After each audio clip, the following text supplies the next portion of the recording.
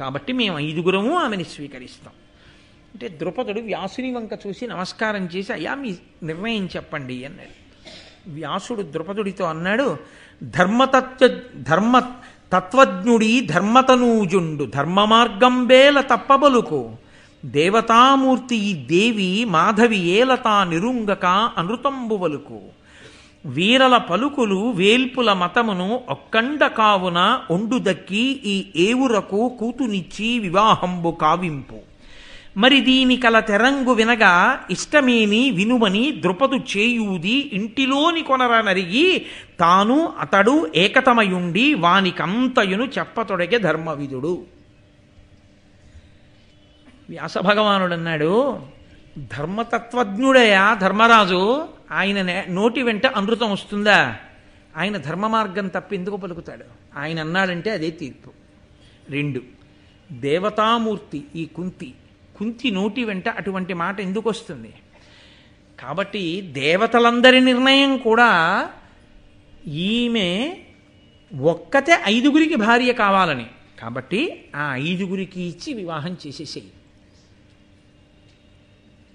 మీరు ద్రుపద మహారాజు అయితే తృప్తి పడిపోయారా ఈ జవాబుకి?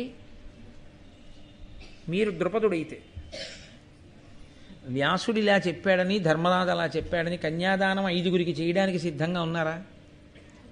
నిర్మోహమాటంగా చెప్పండి, సిద్ధంగా ఉన్నారా?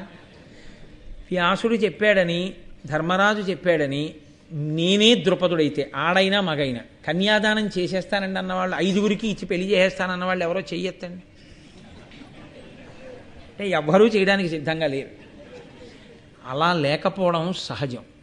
ఎందుకో తెలుసా అండి? ఆడపిల్ల తండ్రి లోకంలో లేని ఒక విచిత్రమైన ఆచారాన్ని ఎలా తీసుకొచ్చి ఎప్పుడో ఎక్కడో ఏదో కోటికొక్క విషయంలో జరిగింది అన్న దాన్ని ప్రమాణంగా తీసుకుని తన కూతుర్ని 5గురికి ఇచ్చి వివాహం ఎలా చేస్తాడు? కాబట్టి ఆయన తృప్తి పడలేదు. అది గమనించాడు వ్యాస భగవానుడు. గమనించి, నీకు నేను ఒక పెద్ద రహస్యం చెప్తాను, వీళ్ళెవ్వరూ ఉండకూడదు, వీళ్ళ ముందు చెప్పను, దాని లోపలికి వెళ్ళి మనం చెప్పుకుందాం అని.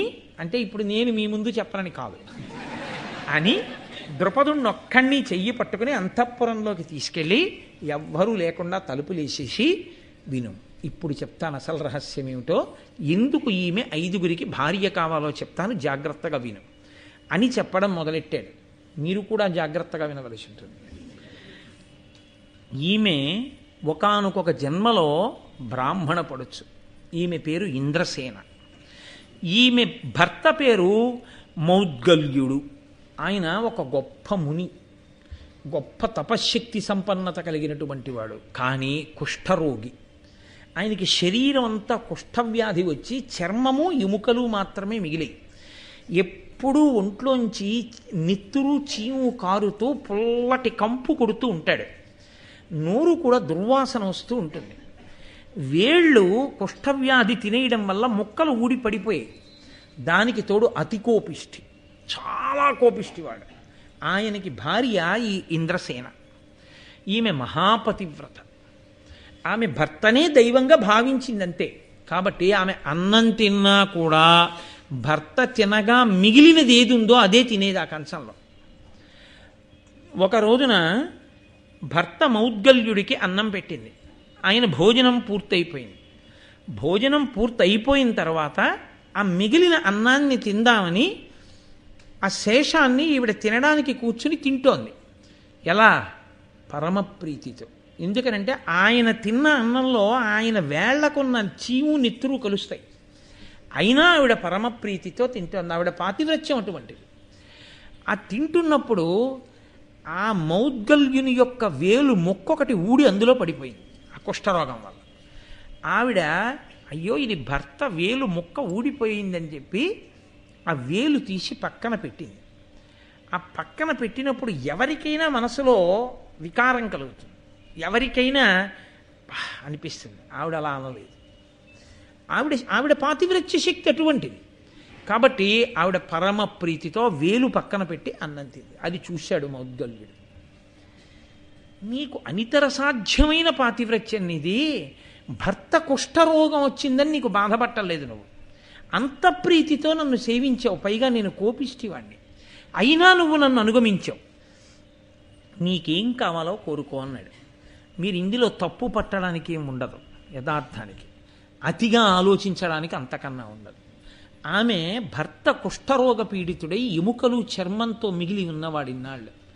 ఆమె అంది, మీరు తపశ్శక్తి సంపన్నులు కనుక దివ్యమైన రూపాన్ని పొంది, నాకు చాలా కామాతురతతో ఉన్నదాన్ని నేను, కాబట్టి అది భర్తకి చెప్పడంలో దోషం ఏమింది? సహృదయంతో స్వీకరించాలి. కాబట్టి మీరు 5 రూపములు ధరించండి, దివ్యమైన రూపములు. నేను ఎటు చూసినా మీరు దివ్యమైన భవ్యమైన రూపంతో కనపడాలి. ఇన్నాళ్ళు ఇలాగే చూశాను. 5 రూపాలతో మీతో కలిసి నేను మంచి మంచి వనములలో నదీ తీరములలో విహరించాలనుంది అంది. ఆయన అన్నాడు, నువ్విన్నాళ్ళు నన్ను అనుగమించినందుకు, నా పరీక్షకి నిలబడగలిగినందుకు నిన్ను అలాగే అనుగ్రహిస్తానని 5 దివ్యమైన రూపములను పొందాడు. పొంది ఆయన సూర్యరథం ఎక్కించి ఆవిడ్ని నదీ తీరములు, సాగర తీరములు, ఉద్యానవనములు, తోటలు అన్నిటినీ తిప్పుతూ చాలా కాలం సంతోషంగా గడిపి, ఇక నేను తపస్సు చేసుకోవడానికి వెళ్ళిపోతున్నాను, చాలు అనుభవించిన భోగం, భోగానికి అంతే ఎక్కడ ఉంటుంది, నేను వైరాగ్యాన్ని పొందాను అన్నాడు. ఆవిడ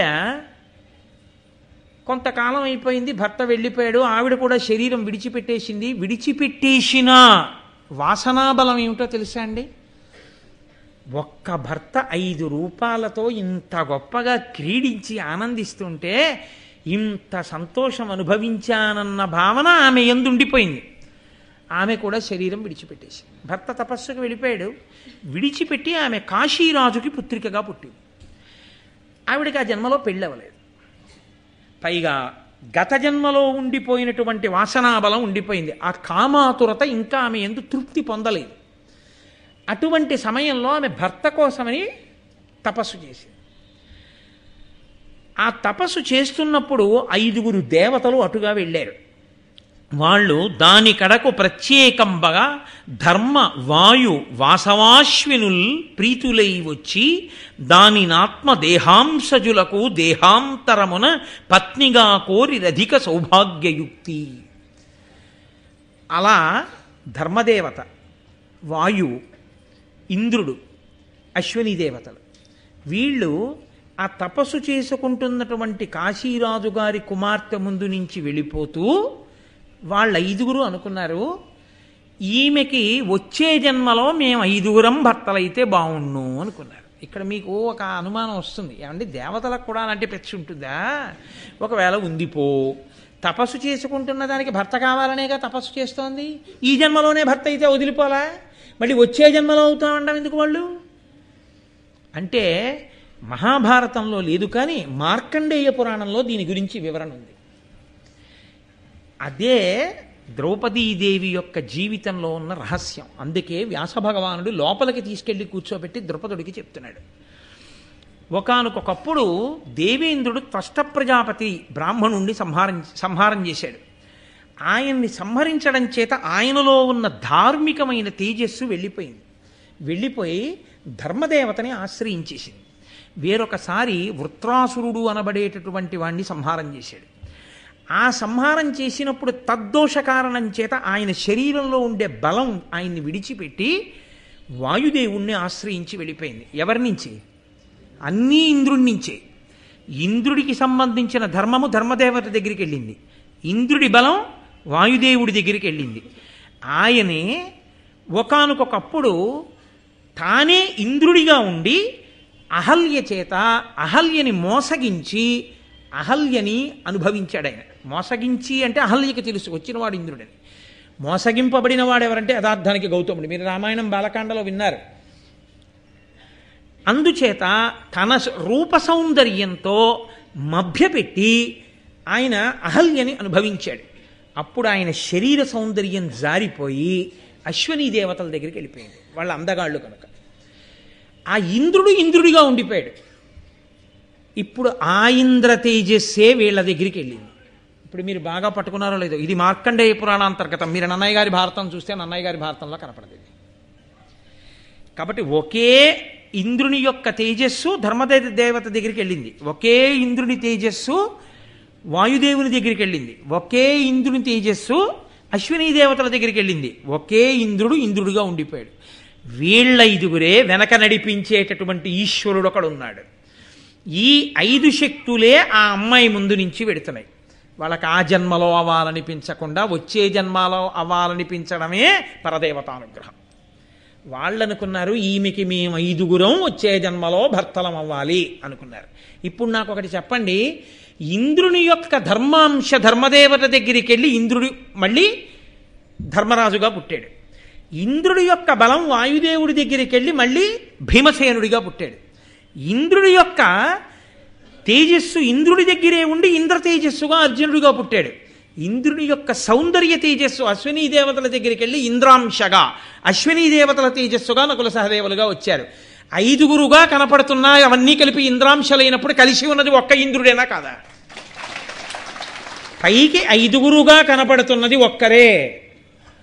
ఈ ఒక్కరేని ఎక్కడ నిర్ధారింపబడింది? మీరు మార్కండేయ పురాణాన్ని ఆధారం చేసుకుని చెప్పేస్తున్నారా భారతాన్ని? భారతంలో కూడా ఇంకా ఎక్కడైనా నిరూపణమైందా ఈ జన్మ లోపల? అయింది. ఎక్కడైందో తెలుసా అండి? ఇది నేను చెప్పడం కాదు, సాక్షాత్ వ్యాసుడు చెప్తున్నారు. ఆయన అన్నారు, ఈ పిల్ల తపస్సు చేస్తోంది కదూ, తపస్సు చేస్తున్నప్పుడు ఆమెకి పరమశివుడు ప్రత్యక్షమయ్యాడు. ప్రత్యక్షమైతే ఏం కావాలని అడిగాడు. అడిగితే ఈవిడంది భర్తని పొందాలి, భర్తని పొందాలన్న ఆతురతతో భర్త కావాలి, భర్త కావాలి, భర్త కావాలి, భర్త కావాలి, భర్త కావాలని 5 మాటలంది.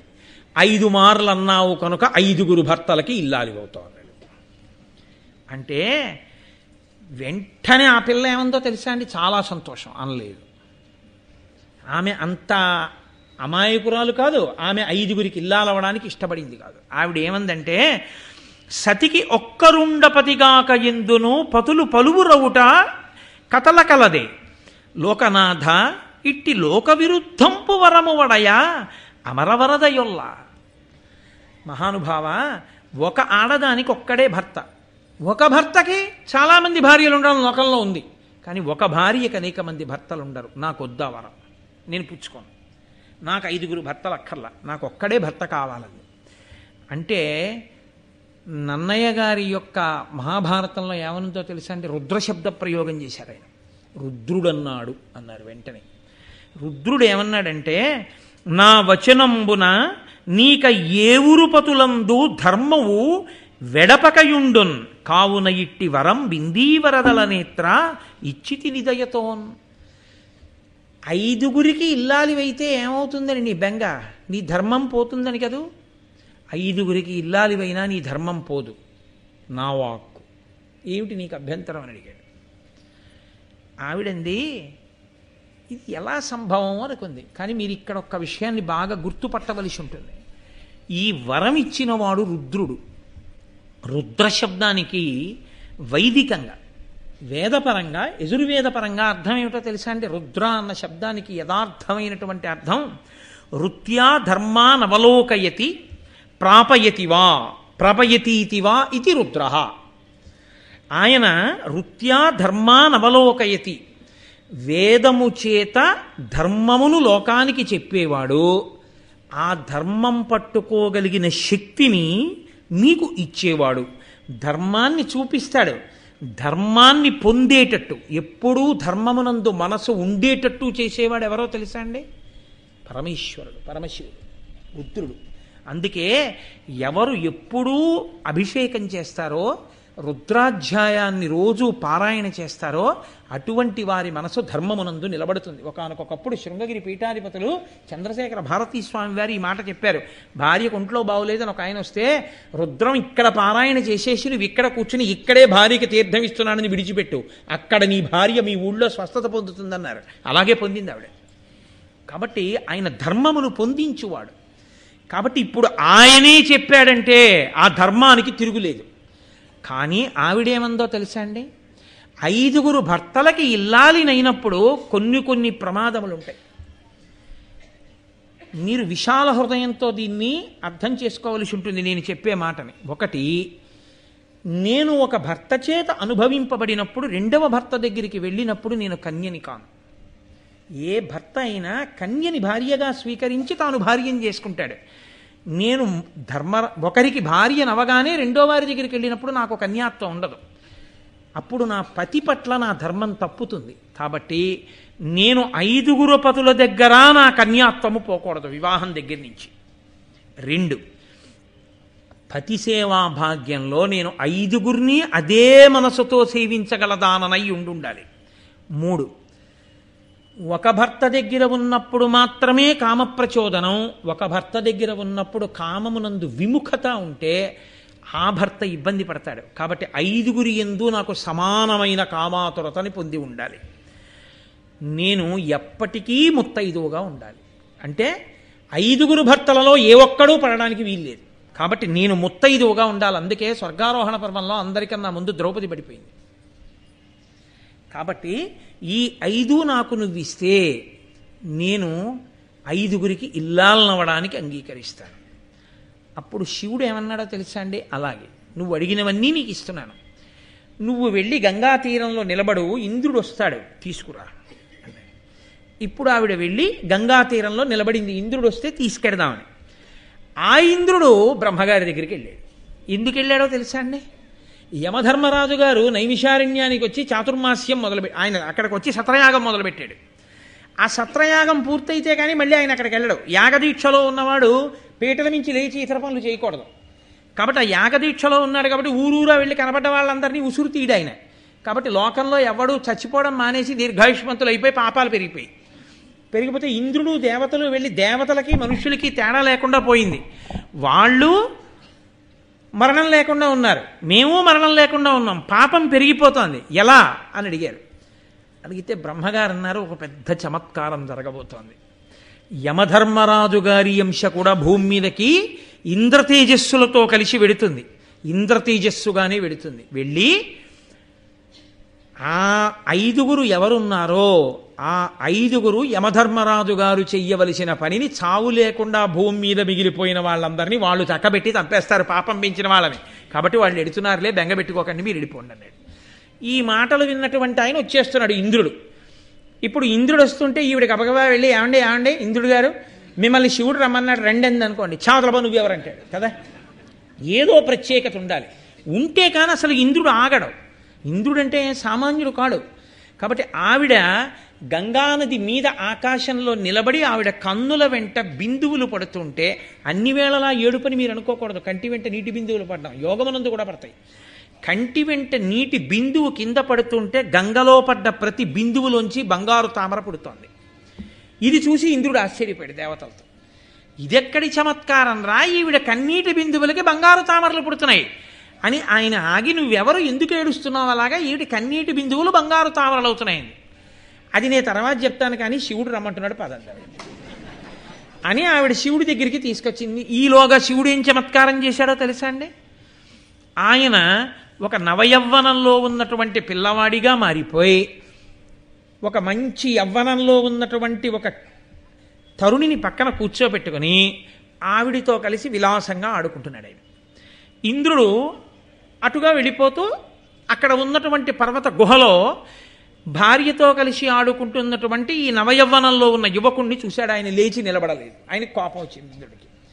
దిక్పాలకులు కూడా నా కింద పనిచేస్తుంటారు, అటువంటిది నేను వెడుతుంటే లేచి నిలబడకుండా భార్యతో ఆడుకుంటున్నవాడెవరు అని అమిత స్థావర జంగమంబయిన బ్రహ్మాండంబుదానింతయున్మమతాగోచరమీ త్రిలోకములు అసన్మద్బాహు వజ్రాను పాల్యము ఏ ఇంద్రుడా ఇట్టిన నురక లీలంజూదమాడంగ ఉత్తమ సింహాసనమొక్క నీకుచనునే దర్పించి నా ముందటన్. వజ్రాయుధాన్ని చేతిలో పట్టుకుని 3 లోకములను పరిపాలించగలిగినటువంటి వాడిని నేను.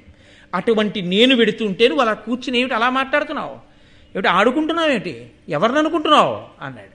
అంటే ఆయన అన్నాడు, ఆ పిల్లవంక చూసి ఓసారి వెళ్ళి ఆయన్ని ముట్టుకో అన్నాడు. ఆవిడ లేచి వచ్చి ఇలా ముట్టుకుంది. ముట్టుకోగానే ఆయన ధబేలుడికి ఇది పడిపోయాడు. ఆయన సమస్త శక్తులు నశించిపోయాయి. ఆవిడే కదండి సమస్త శక్తి స్వరూపం. కింద పడిపోయాడు. కింద పడిపోయి అయ్య బాబోయ్ ఈయన ఎవరో అసామాన్యుడు అని తెల్లబోయి చూస్తున్నాడు. శివుడు అన్నాడు, నేనెవరో నువ్వెవరో ఈ విషయం తర్వాత, నేను అనుజ్ఞలిస్తున్నాను, లేచి అదిగో అక్కడ ఆ కొండకి బిలం రంధ్రం ఉంది, ఆ రంధ్రం దగ్గర ఉన్న రాయిని పక్కకి తోసి లోపలికి చూడు అన్నాడు.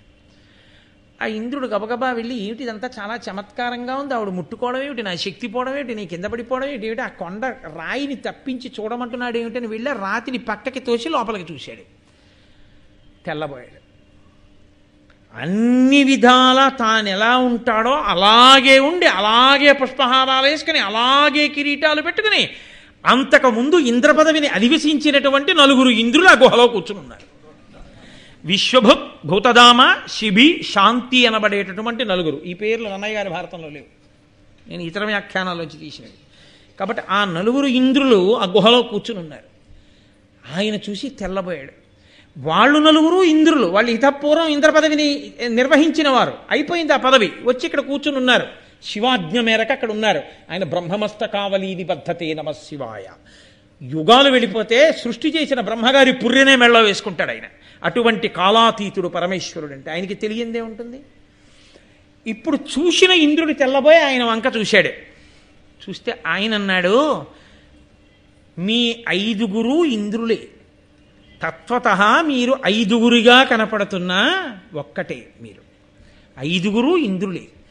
కానీ ఇప్పుడు మీరు 5 కనపడినట్టే ఆ ఇంద్రతత్వమే లోకంలో 5 పుట్టాలి. ఒక మనుష్యకాంతకి పుట్టేటప్పుడు మళ్ళీ ఏ ఇంద్ర తేజస్సు విడివడి కొంతమంది దేవతలుగా దగ్గరికి వెళ్ళిపోయిందో ఆయా తేజో రూపాలతో, ఆయా అంశాలతో భూమి మీదకి ఇంద్ర తేజస్సు రావాలి. అందుకని ధర్మదేవత వలన ధర్మరాజుగా, వాయువు వలన భీమసేనుడిగా, ఇంద్రుని వలన అర్జునుడిగా, అశ్వనీ దేవతల వలన నకుల సహదేవులుగా 5 రావాలి. మీరు 5 ఇంద్రులే అయితే మీరు 5 అనుభవించినది, మీరు 5 పొందినది, మీరు 5 పరిపాలించినది, మీ 5 చేత పొందబడినది స్వర్గలక్ష్మి. కాబట్టి ఆ స్వర్గలక్ష్మీదేవియే, ఆ జగన్మాతయే లోకంలో అయోనిజగా ద్రౌపదీదేవిగా ద్రుపదుడి యొక్క యజ్ఞగుండంలోంచి ఆవిర్భవిస్తుంది. మీరు ఆమెని వివాహం చేసుకుంటారు. అందుకని మీకు 5 ఒక్కతే ఇల్లాలవుతుంది. ఇది కారణం. కాబట్టి ఇదంతా ఎవరు చెప్పారు ఈ రహస్యాన్ని? వ్యాస భగవానుడు ద్రుపదుడికి చెప్పాడు.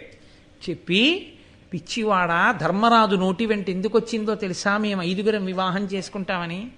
కుంతి నోటి వెంట ఎందుకు వచ్చిందో తెలుసా మేము 5 వివాహం చేసుకుంటామని? అయోనిజ అయినటువంటి ఆ స్వర్గలక్ష్మి ఇక్కడ ద్రౌపదిగా వచ్చింది. ఈ వచ్చిన కారణం చేత 5 ఇంద్రులు ఒక్క స్త్రీని వివాహం చేసుకోవాలి. అందుకని 5 వివాహం చేసుకుంటామంటున్నారు. ఇది చాలా లోకోత్తరమైన కళ్యాణం, ఎక్కడా లేనిది, కానీ అసామాన్యమైన విషయం. ఇంకా నీకు నమ్మకం కలగకపోతే నీకు నేను యోగ దృష్టిని ఇస్తున్నాను. ఇప్పుడు నువ్వు ఒక్కసారి తలుపు దగ్గరికి వెళ్ళి తెర తీసి ఆ కూర్చున్న 5 వంక చూడు, నీకేం కనపడుతుందో చూడు అన్నాడు. అని యోగ దృష్టినివ్వగానే ద్రుపదుడు వచ్చి తెర తీసి అక్కడ కూర్చున్న ధర్మరాజు, భీముడు, అర్జునుడు, నకులుడు, సహదేవుడు 5 వంక, ఆ ద్రౌపదీదేవి వంక చూశాడు. చారుమణి ప్రభాపటల జాల విచిత్ర కిరీటమాలికా భారములన్, సముద్యతి నపావక వర్ణములన్, సువర్ణ కేయూర విభూషణావళు నొప్పుచునున్న తదీయ దేహముల్, ధీరుడు సూచే తాళ సమదీర్ఘత పొల్చిన వాని నేనిటిన్. అందరూ తాటి చెట్టంతంత శరీరాలు, అందరూ వజ్ర వైఢూర్యములతో కూడిన కిరీటాలు, అందరూ మెడలో ఒకే రకమైన హారాలు, అందరూ ఒకే రకమైనటువంటి బట్టలు, అందరూ ఒకే రూపంతో ఉన్నటువంటి 5 ఇంద్రులు కనపడ్డారు. ఇటు చూశాడు, స్వర్గలక్ష్మి దర్శనమైంది. ఓహో, కారణజన్మురాలు నా ఇంట జన్మించి నన్ను తరింపచేసింది. ఈవిడ రాక్షస వినాశనము కొరకు వచ్చింది, భూభారమును తగ్గించడానికి. ఇంద్రశక్తి ఇంద్రుణ్ణి పొందుతుంది. ఒక్క ఇంద్రుడు 5 ఉన్నాడు. కాబట్టి ఇంద్రశక్తి మాత్రం ఆ 5 ఒకటే. కాబట్టి ఆమెయే వారికి భార్య అవుతోందని సంతోషంగా కన్యాదానం చెయ్యడానికి అంగీకరించాడు.